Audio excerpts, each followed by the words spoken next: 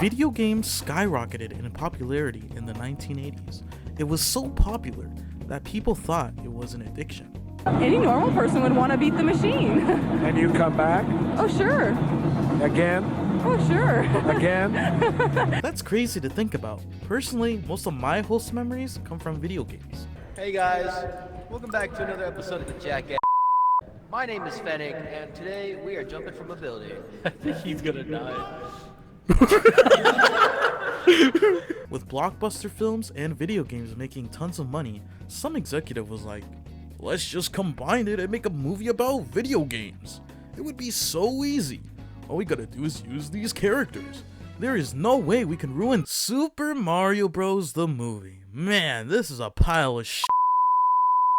Super Mario Bros. The movie, directed by Annabelle Jankel and Rocky Morton, attempted to recreate the Mario universe into live action. Were they successful?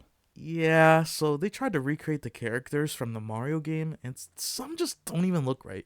Bowser just looks like herpes if it were a human, and this is supposed to be a Goomba? Princess Daisy is a cop for some reason. Obviously, the movie failed, because it did not capture the game right, leading it to be a box office disaster. Even the actor for Mario regrets playing the role.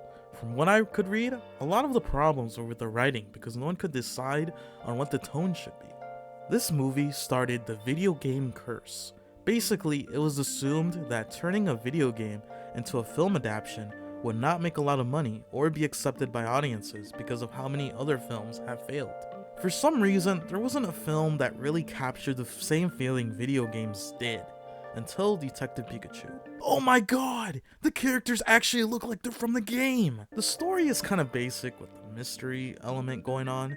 Anyways, this was when video games were taken a little bit more seriously, and I think it's mainly because the directors got more control over the product. And since CGI is more common, it was used to bring these characters into real life. So, the curse has been lifted, right? Oh my goodness! Well, never mind. I guess the video game curse is gonna stay forever. Like, come on! Even Wreck-It Ralph got Sonic right! He's right there! He's right there! The Sonic movie was directed by Jeff Fowler, but people were already not happy with the film because of how Sonic looked like in the original trailer. I would be more upset about it if they didn't change the design. But they did. Yeah, a company actually listened to its audience and changed the design. Who would have thought? The end product was actually well done in my opinion. Some might say it does nothing new with the whole animated character comes to real world and doesn't know anything about the world plot, but I think it makes sense here. They give the human characters some reason to exist because they show Sonic trying to run fast on his own but ends up getting lost, so he needs a navigator. Goodbye. Why aren't you leaving? I don't know where San Francisco is. I feel like fans speaking up and pointing out criticism was the turning point for video game films, because in the second film, they do a better job of capturing the video game world by adding Tails, Knuckles, and making Jim Carrey bald. The story also revolves around the game somewhat. The heroes and villains are going after the Master Emerald that gives them ultimate power. Now from what I was saying, it seems like the Sonic movies were praised by everyone, and you would be generally right. But critics actually don't agree. It's been a common trend that critics don't quite understand the hype around these video game films. Even if it's loved by audiences, critics aren't as pleased. But why? Let's take a look at the most recent example, the Super Mario Bros. Movie. Ah yes, it's all coming in full circle. This movie, unlike the other one, was loved by many because of the world building and how stunning the visuals are. The characters look like themselves, lots of references to the games, but the thing that critics complained about the most was the story. And that's kind of where the problem with video game movies lie. I know it's technically not a film, but The Last of Us is based on a single player video game that already tells a really good story with interesting characters. So making a show is a no-brainer because it easily transitions to that medium. Compare that to something like Mario, where the gameplay is, well, there's not a lot of story to go off of here.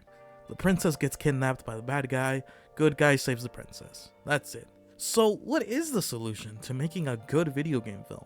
Is there any room for creativity with the resource? Or are we just stuck repeating what has been done in the original source? Well, The answer is more simple than you think. Don't rush your film. A lot of video game films suffered from lazy or weird writing to change the source material for some reason, when really all that needs to happen is to have a good story with characters people already know. You can't just slap a property name on the title of the film and just expect money to fall out of the sky. Only Illumination can do that.